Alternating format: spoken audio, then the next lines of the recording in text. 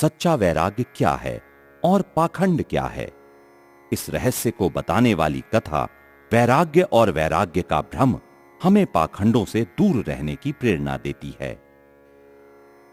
नमो सिद्धाणं नमो आयरीयाणं नमो उवज्झायाणं नमो लोई सव्वसाहूणम् एसो पंच नमो यारो सव्वपावपणासिनो मंगलाणं च सव्वेसिं परमं हवै मंगलम्। बच्चों, आज की कथा एक ऐसे महान आचार्य की कथा है जिनका नाम है शुभचंद्राचार्य, जिन्होंने एक ज्ञान और वैराग्य का प्रेरक महान ग्रंथ लिखा, जिस ग्रंथ का नाम है ज्ञानार्णव। वह दिगंबर मुनिराज हो गए थे। कायर व्यक्ति को मुनि का पद दुख रूप भासित होता है, किंतु वीर और आत्मज्ञानी पुरुष को मुनि पद श्रेष्ठ मालूम होता है, क्योंकि मोक्ष और मोक्ष का मार्ग कभी दुखदायक नहीं हो सकता। बच्चों, वैराग्य भी कई प्रकार के होते हैं।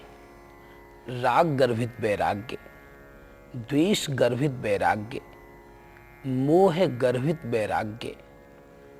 ये सभी वैराग्य संसार में दुख प्रदान करने वाले हैं, क्योंकि ऐसे वैराग्य घटना प्रधान होते हैं, किंतु इस वैराग्य का कोई आधार नहीं होता।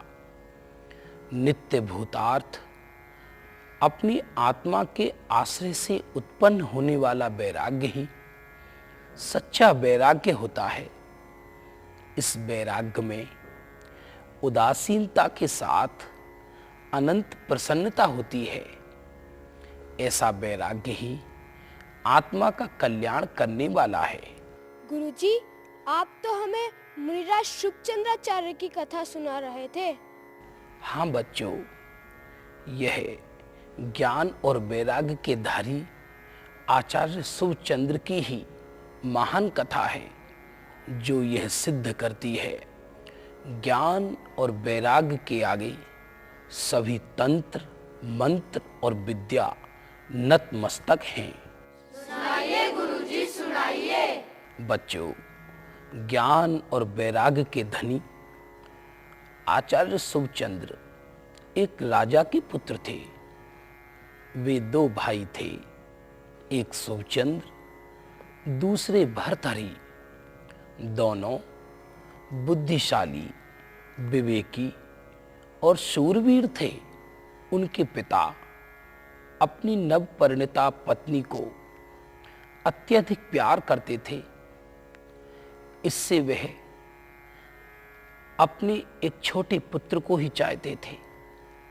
यद्यपि यह पुत्र विद्या रहित, अविवेकी और वीरता रहित था, किंतु अपनी छोटी रानी को संतुष्ट करने के लिए निरंतर उनकी यह तमन्ना बनी रहती थी कि छोटी रानी का पुत्र ही राज्य का अधिकारी बने। उनके मन में यह चिंता थी कि जब तक यह दो शूरवीर पुत्र हैं, तब तक छोटी रानी का पुत्र राज्य का अधिकारी कैसे हो सकता है। एक दिन ऐसा प्रसंग बना, शुभचंद्र और भर्तहरि राजमंडप में खेल रहे थे। वहां एक लोहे का खंभ लगा हुआ था। खेल खेल में उन दोनों सूरवीर पुत्रों ने उस लोहे के खंभे को गन्ने की तरह मरोड़ दिया, तोड़ दिया। यह देखकर राजा भयभीत हो गया कि जब तक ये दो शूरवीर पुत्र हैं, तब तक छोटी रानी के पुत्र के लिए गद्दी का अस्तित्व खतरे में है। किस प्रकार इन दोनों पुत्रों का अस्तित्व मिटाया जाए, ऐसा विचार कर उन्होंने मंत्री को आदेश दिया। महाराज, आपने मुझे याद किया। हाँ मंत्री जी, हम बहुत बड़ी दुविधा में फंस गए हैं। हुक्म कीजिए महाराज। मंत्री जी, हमारे दोनों बड़े पुत्रों को जंगल में जाकर मार दिया जाए। हमारे दोनों पुत्र हमारे लिए कंटक है, कंटक। लेकिन राजन, वो दोनों तो आपके सगे पुत्र हैं, फिर ऐसा अनर्थ क्यों करते हैं? हम उन दोनों को नहीं चाहते हैं। हम तो हमारी छोटी रानी के पुत्र को ही चाहते हैं। लेकिन जब तक वो दोनों रहेंगे तब तक हमारा प्रिय पुत्र राजकुमार नहीं बन पाएगा।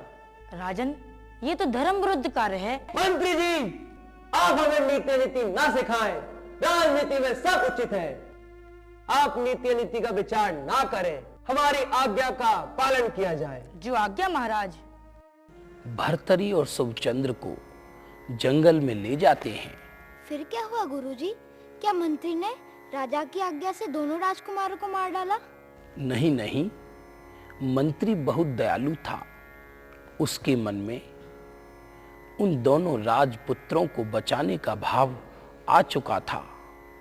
फिर क्या होता है, आगे सुनो। हे वीरो, यह संसार की विचित्रता है कि स्वयं पिता ही अपने पुत्रों को मारने की इच्छा कर रहा है। लेकिन राजकुमारों, मैं ऐसा अन्याय कदापि नहीं कर सकता। इसीलिए हे कुमारों, तुम दोनों अपना वेश बदलकर कहीं दूर चले जाओ और अपने प्राणों की रक्षा करो। हे मंत्रीवर, जब एक पिता ही पुत्र को मारने का षड्यंत्र करता है, तब ऐसे संसार में क्या रहना। अब तो इस दुर्घटना से जगत और राजपाट से मन उदास हो गया है। संसार, शरीर, भोग, ये सब दुख के ही कारण है। राज और समाज बैर उत्पन्न करने वाला है। सुख में दुख है, संयोग में वियोग है। आत्मा ही शाश्वत सुख का धाम है। यह दुर्घटना हमारे लिए वरदान बनकर आई है। मैं आज ही नग्न दिगंबर दीक्षा धारण कर आत्मा का कल्याण करूंगा। तुम ठीक कहते हो भाई। धिक्कार है इस जगत की असारता को। जहां रक्षा की भक्षक बन जाए, वहां फिर किससे आशा लगाई जाए। हमारे साथ है षड्यंत्र, वो भी हमारे पिता के द्वारा, जिन्होंने हमें जन्म दिया। नहीं भाई नहीं, अभी तो मैं दीन हूं, निर्बल हूं, दुखी हूं, किंतु मैं तपस्या करके बाहुबल और धन का अर्जन करूंगा। तब एक दिन इस अत्याचार का बदला जरूर लूंगा। भाई, तपस्या बदला लेने के लिए या धन अर्जित करने के लिए नहीं की जाती। तपस्या तो आत्म कल्याण के लिए की जाती है। ठीक है भाई, हम दोनों तपस्या करते हैं, फिर कौन सफल होता है यह तो बाद में देखा जाएगा। शुभचंद्र को तो पवित्र और संयमित लोकोत्तर जीवन ही पसंद था। वे किसी द्रव्य क्षेत्र काल भाव को इष्ट अनिष्ट नहीं मानते थे। किसी से आशा और भय उनको स्पर्श भी नहीं करता था। वह नित्य निरंजन चैतन्य आत्मा का चिंतन करते हुए चले जा रहे थे। वे अपने त्रैकालिक तत्व को ही दृष्टि पथ में रखकर आगे बढ़ते जा रहे थे।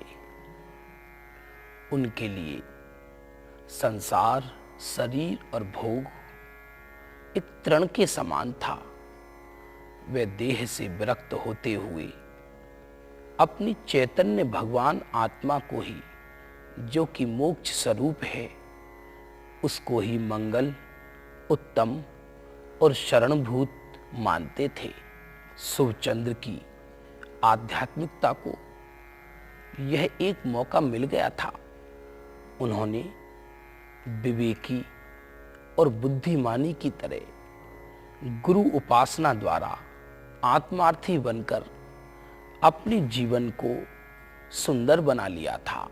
शुभचंद्र ने आचार्य के समीप जाकर निर्ग्रंथ होने की भावना प्रकट की और कहा, हे उपकारी, संसार के दुखों से दूर करने वाली, विषमताओं को दूर करने वाली मुझे जैनेश्वरी दीक्षा दीजिए।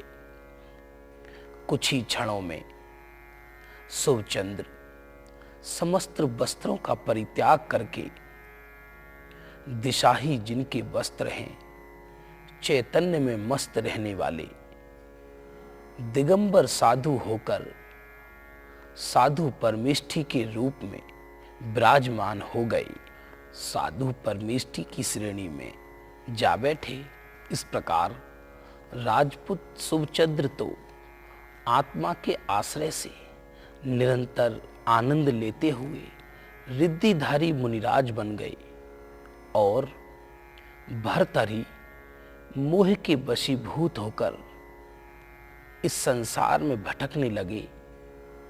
जगत की वस्तुओं को इष्ट अनिष्ट मानते हुए विषाद और ममता के वशीभूत होते हुए निरंतर इधर उधर भ्रमण करने लगे। खान पान, थकान, स्नान, आराम और विश्राम को याद करने लगे। देह के प्रति ममता विशेष जाग उठी। क्षुधा इत्यादि को हल करने के लिए निरंतर सोचने लगे।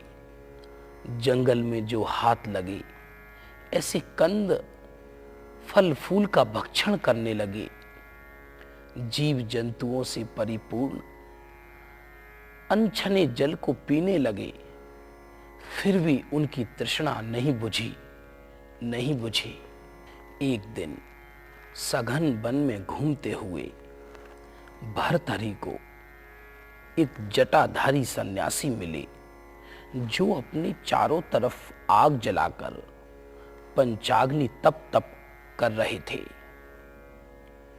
और उन्होंने उनको महागुरु समझकर उन्हीं को अपना गुरु स्वीकार कर लिया। तापसी ने भी सोचा, यह राजपुत्र है, अतः इसको शिष्य बनाना ठीक रहेगा।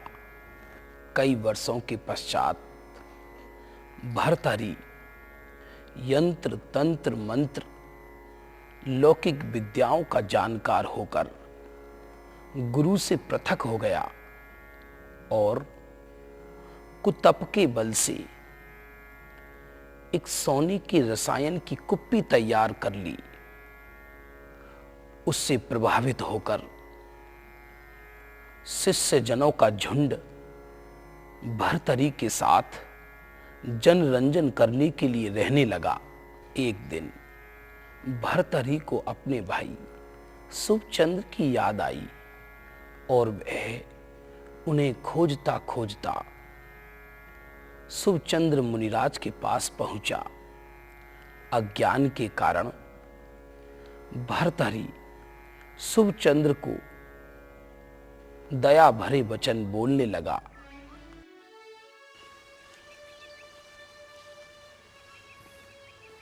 हे भाई, तुमने अपनी यह कैसी दशा बना ली?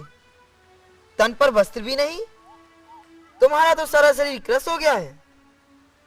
हे भाई, तुम अनाथ लग रहे हो। अरे भाई, तुम कुछ बोलते क्यों नहीं? देखो, मैं तुम्हारा भाई तुम्हारी सहायता करने आया हूं। तुम कुछ सुनते क्यों नहीं? क्या तुम मूर्छित हो गए हो या पागल? धर्मवृद्धिरस्तु। हे भाई, जब से मुझे तुम्हारी याद आई, मैं भागा भागा आया, पर तुम्हारी यह दरिद्र दशा मुझसे देखी नहीं जाती। तुमने तप के नाम पर यह क्या किया है? देखो, मैंने सोना बनाने का यह रसायन तैयार किया है। इसमें से आधा तुम ले लो, आखिर मेरे भाई हो तुम। दिखाना रसायन। ये लो भाई। अरे, ये तुमने क्या किया? पूरी तपस्या निष्फल कर दी। यह स्वर्ण रस न तुम्हारे काम आया न मेरे। भाई भर्तृहरि, तुम घर का राग छोड़कर विराग के लिए यहाँ आए थे। धन, दौलत, मान, सम्मान और राज्य लक्ष्मी को ठुकराकर मैं देख रहा हूँ सोने के लोभ को। यहाँ आकर भी तुम नहीं छोड़ सके। आज भी तुम में कलंक बाकी है। इतने वर्ष बिताकर भी मिथ्या प्रतिभास अज्ञानता के वश में रहे। इसे विराग नहीं दंभ कहते हैं। संसार के भोले प्राणी धर्म के नाम पर अनंत भवों में ऐसे कई ढोंग कर चुके हैं। भर्तरी शिवचंद्र की बातों को टकटकी लगाकर सुन रहा था। उसे यह बातें बहुत ही अपूर्व और सच्चा सुख देने वाली प्रतिभासित हो रही थी, किंतु अभी मन की दुविधा नहीं गई थी। शिवचंद्र आगे बोले, भर्तरी, यदि तुमको सोने की ही चाहत है तो यह लो। उन्होंने अपनी जरासी सी चरण रज पर्वत पर फेंक दी। पूरे पर्वत का शिलाखंड वह सोने का बन गया। अहो, आश्चर्य है। तपोबल, पवित्रता और पुण्य का प्रताप अचिंत्य है। भर्तरी आंखें फाड़कर देखते रह गया। उसका हृदय भर गया। वह अचंभित रह गया। भैया की सम्यक तपस्या देखकर वह शिवचंद्र मुनिराज से मोहित हो गया। शिवचंद्र प्रभु के चरणों में गिर गया। प्रभु, मुझे संसार सागर से पार कीजिए। मैं आपके चरण में आया हूं। इस प्रकार भर्तरी स्वयं शिवचंद्र आचार्य के चरणों में दीक्षित हो गए। बोलो शिवचंद्र आचार्य देव की जय। तीर्थ धाम मंगलायतन की जय। जिनेंद्र।